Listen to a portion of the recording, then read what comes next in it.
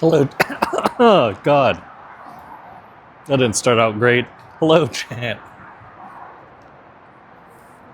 Um, God, this hair is getting... I gotta do something about it. Hello all. It is a much colder day than what I've experienced the last week. I was in San Francisco and then San Juan. Now, back here in Cincinnati, which is nice. Slept in my own bed, enjoying my creature comforts. So, it's been good. I've living in Utah for as long as I did, I didn't think I would just be okay with cold weather, but those Utah winters, they have trained me well, and I believe it's around 35 degrees right now. But I'm okay. Sweater and this cardigan. It's cold, but could definitely be a lot worse. So, with that said, I won't prolong this. I would like to go back inside at some point. So we'll see how long this one is. But 3 questions today. I appreciate people who post questions in the Discord. There's been a kind of a slowdown in question asking. That's of no one's fault, but mine, I suppose. Like I said, I think I'm going to try to do a public-facing version of these, maybe once a month or once every other month, just to get, really just to do it so I get more people asking questions.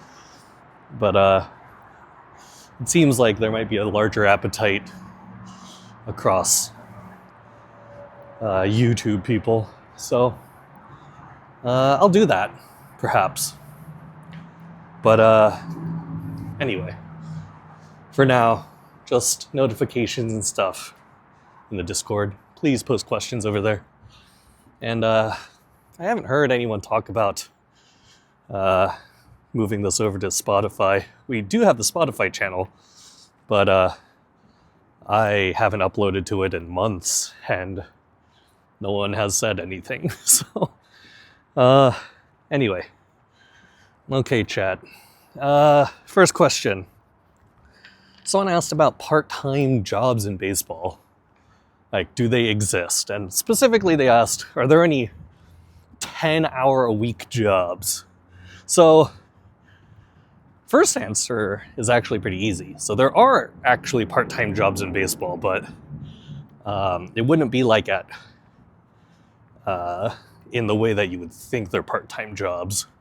So there are camera operator jobs, and video tracking operator jobs across all minor leagues, and some major league teams do it still as well. But basically you come in, you operate the video equipment, you operate some sort of tracking equipment, and you watch the game. So, and you get paid. It's usually not too much more than minimum wage, I would assume. But it's gets you paid while watching baseball. So if you would typically be watching baseball anyway, it's not a bad way to do it. Once all the cameras are set up, it's mostly making sure that the cameras aren't drifting, making sure that everything's calibrated, and it's pretty hands-off after once the game starts. So if that sounds up your alley, then you'd be working home games, and when the team is away, you wouldn't be working the away games. You would just be scheduled to work at the home games. So that's why it'd be part-time work, because when there are no home games, there's no need for you to be getting paid. to operate video that doesn't get used. So if that kind of full-time work sounds interesting, it's, you know, something around like 15, 20 hours a week, depending on the team you're working for or their schedule or whatever. But if you think something like 4 hours a night, 6 days a week, and then there's the off day on Mondays, that's a good amount of work. But that's probably not what people were asking when people asked other part-time jobs.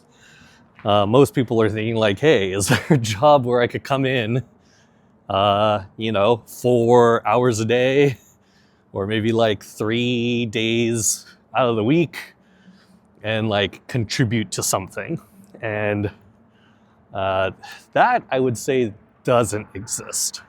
The closest thing to that, of course, would be like the the trainee or fellowship or internship type roles. And even those are near full time. So some companies might list them as 39 hours a week in order to avoid their companies or their state or their county or their city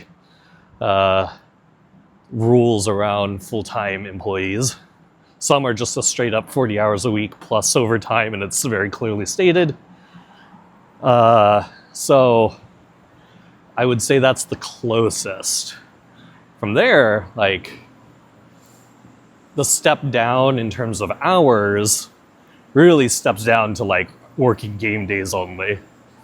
So there isn't really a true like part-time, you work on like 2 to 3 days a week, and you could do it in the comfort of your own home and all this.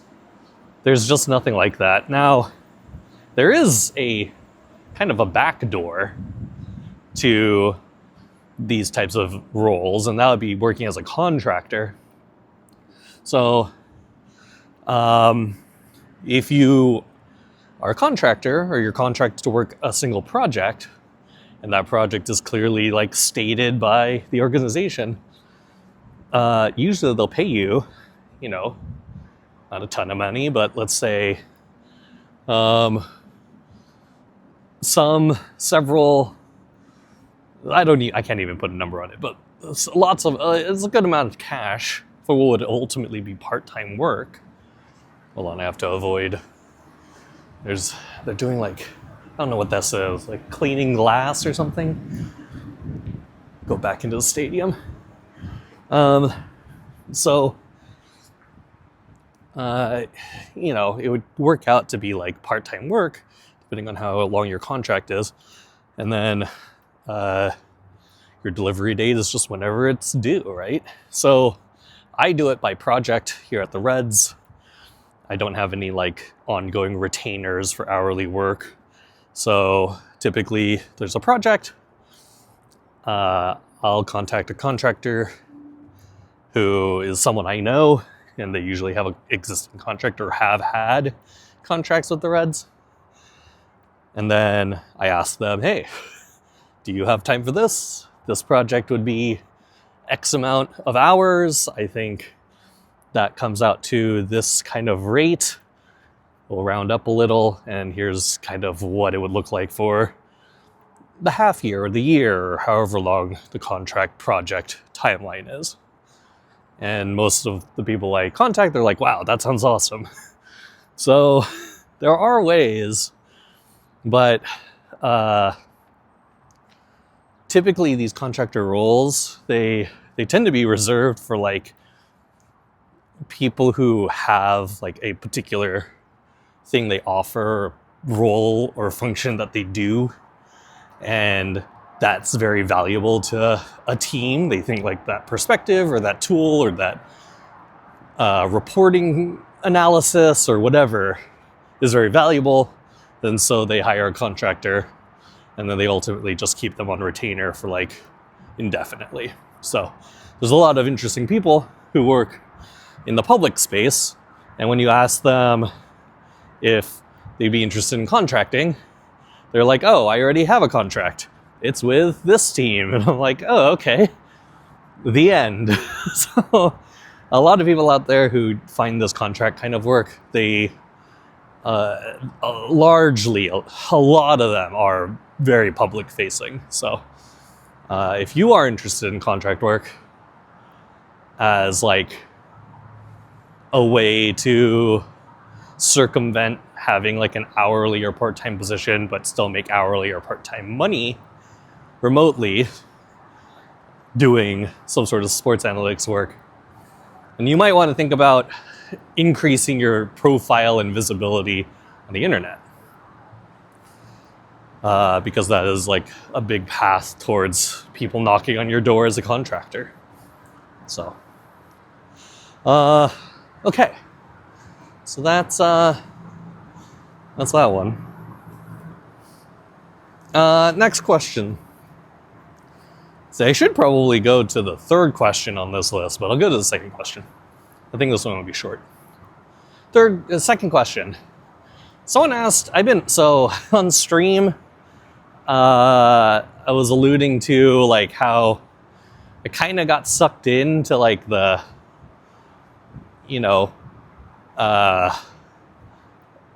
futures markets, option trading, and like I've had some good days, I've had some really bad days.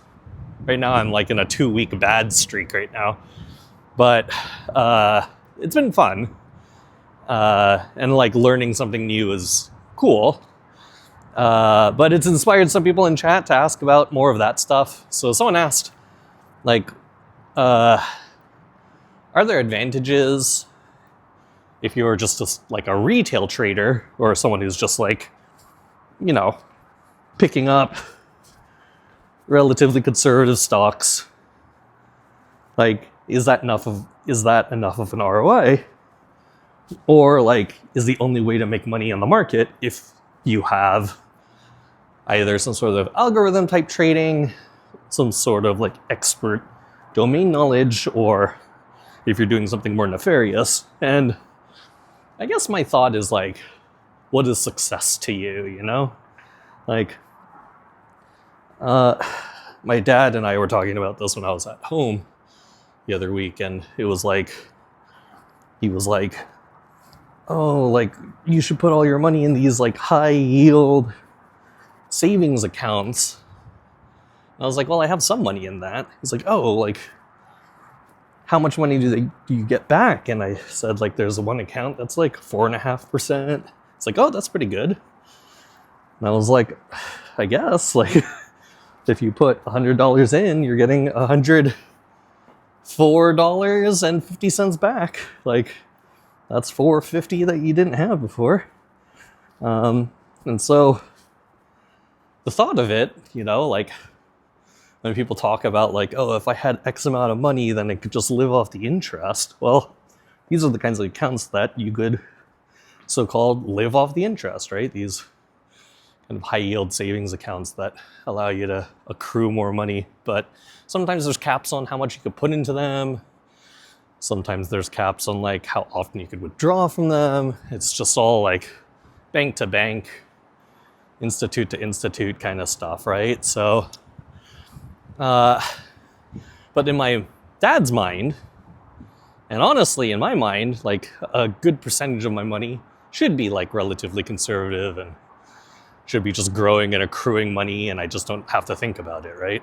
Like at the end of the day, 4.5% up on $1 million is pretty solid, right?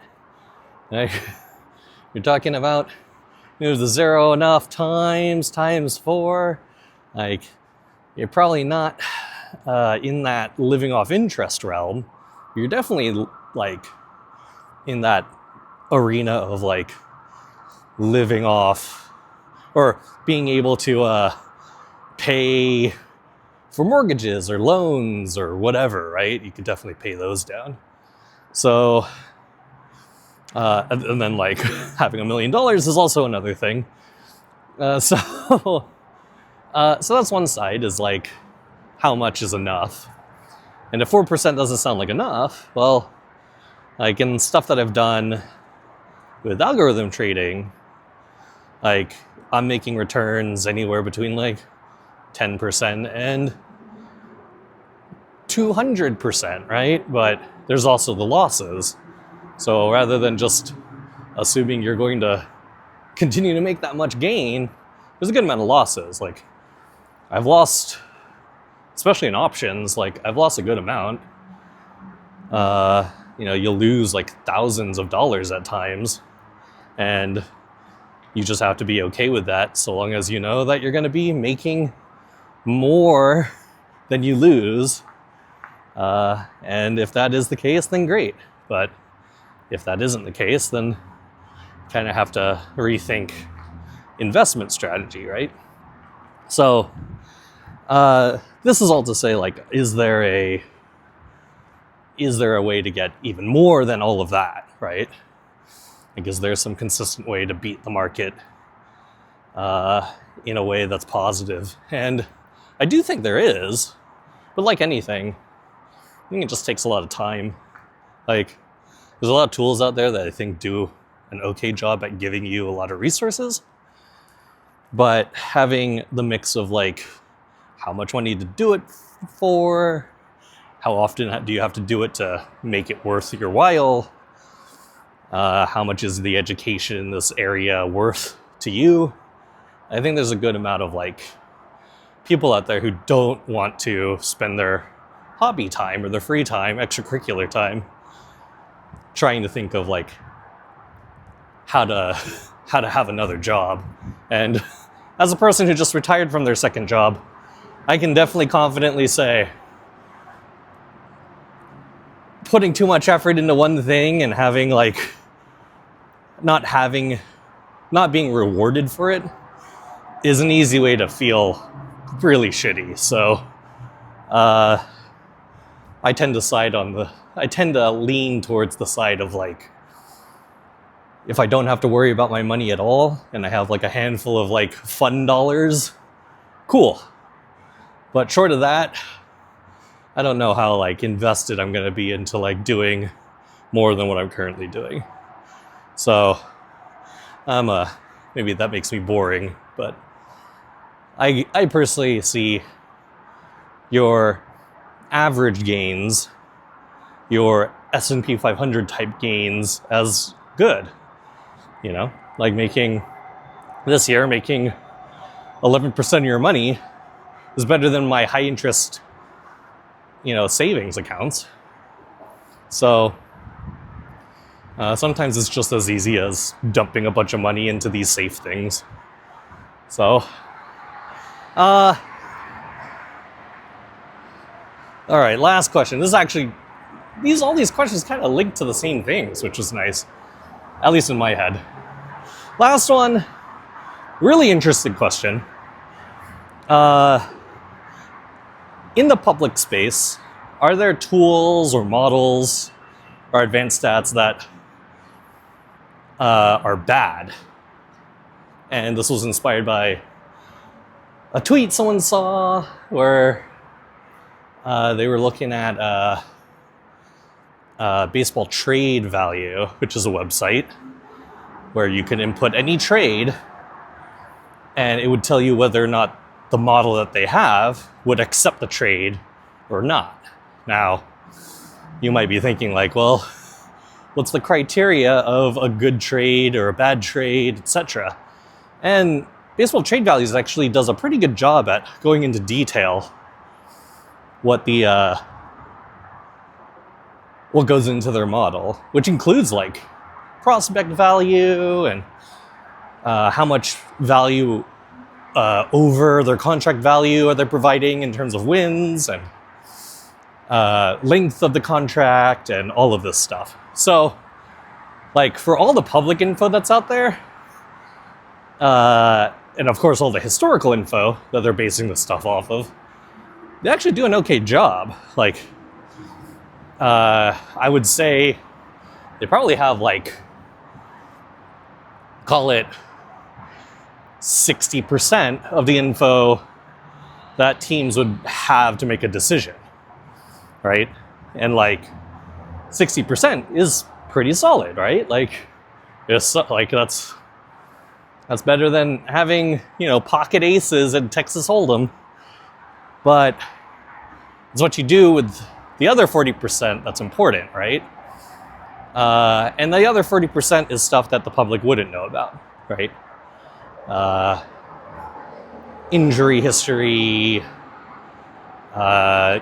makeup or character concerns, willingness to even be traded, whether there is or isn't a no trade clause,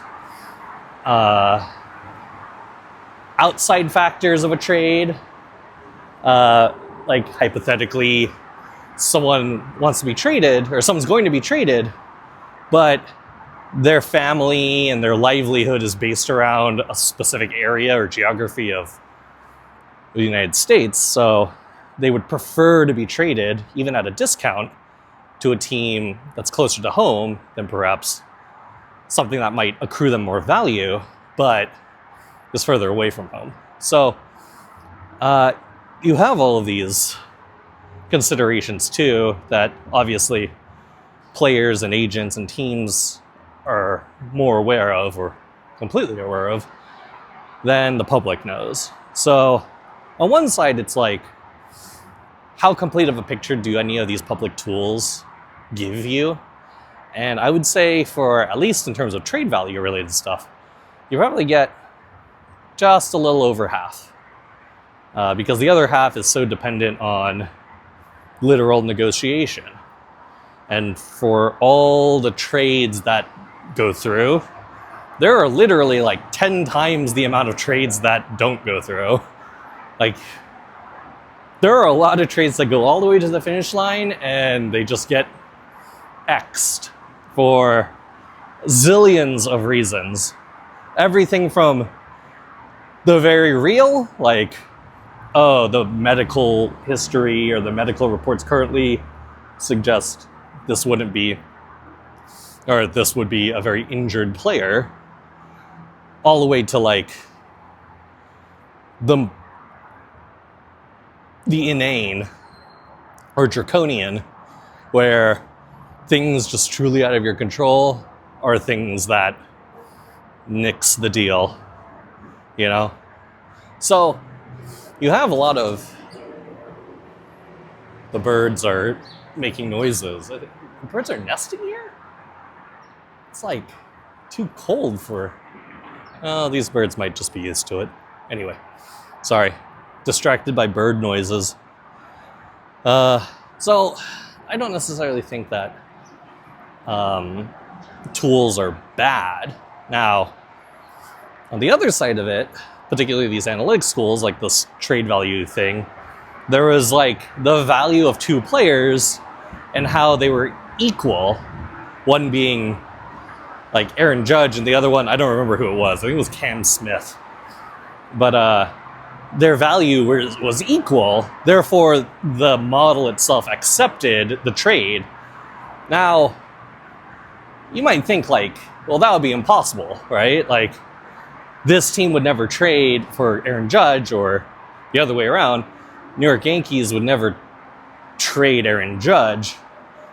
And even though both sides are most likely true, that no one would be able to reach the value that Aaron Judge is producing, and Aaron Judge's contract would probably be, even though it's one of the most expensive contracts in baseball, New York likes that contract for them, and not many teams would like that contract for them. So, like, how is it possible that this model says this would be okay? Well, just like anything, it's a tool, right? Which is the more important point. A carpenter should never blame their tools.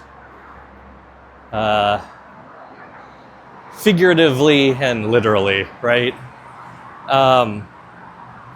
If you're reliant on tools to give you the right answer, then what's the point of being a question asker when we could probably come up with a model to also ask questions. Especially in the context of trades, especially in the context of things that are quantifiable already. So if you believe, like, oh, these tools are giving me 100% of the picture, and you don't think there's anything to add in terms of all this other stuff that you may think is secondary to the data, to what the tools don't speak towards, then I would probably say that's a very naive take, right? And if you're willing to blame the tools for getting it wrong, why is that any different than blaming the person for interpreting the tools incorrectly, right? Like, the tool can be wrong, but the person thinking that the tool should be right is also wrong, right? Like, I remember in grad school, I bought a spaghetti squash and was like using a fork and trying to like get the spaghetti squash to look like spaghetti, and it was just like getting really mushy. And I realized, like, really not early in the process, that I hadn't bought a spaghetti squash. I bought like a pumpkin squash or some sort of like squash that wasn't going to rip apart like spaghetti, but was rather going to just be a squash. And what I was doing was ultimately turning into like a by hand puree of some sort. And really, the error wasn't on the squash, right? I did pick it out of the spaghetti squash section.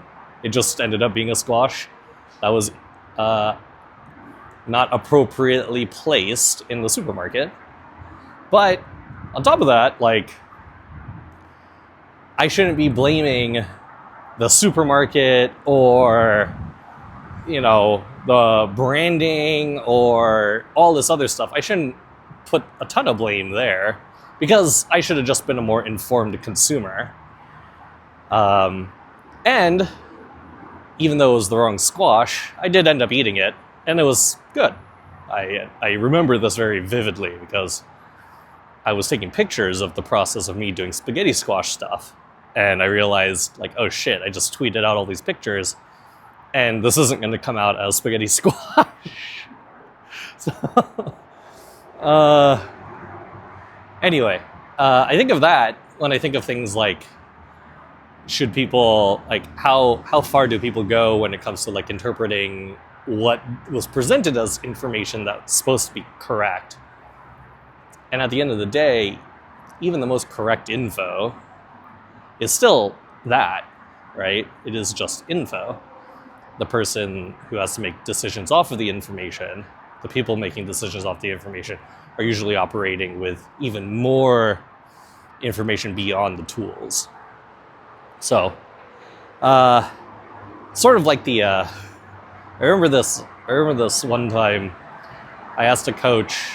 There was a player at first, and they're fast, and they're facing a pitcher who didn't have their delivery was very long and slow, and their move to first, the pickoff move, wasn't good. And watching the game, I don't think there were many steals. And so I asked the manager, like, hey, I would have figured we would have had like 20 steals in this game. And sup? Are you going to basketball tonight? Yeah. Okay. You? Yeah. See you there.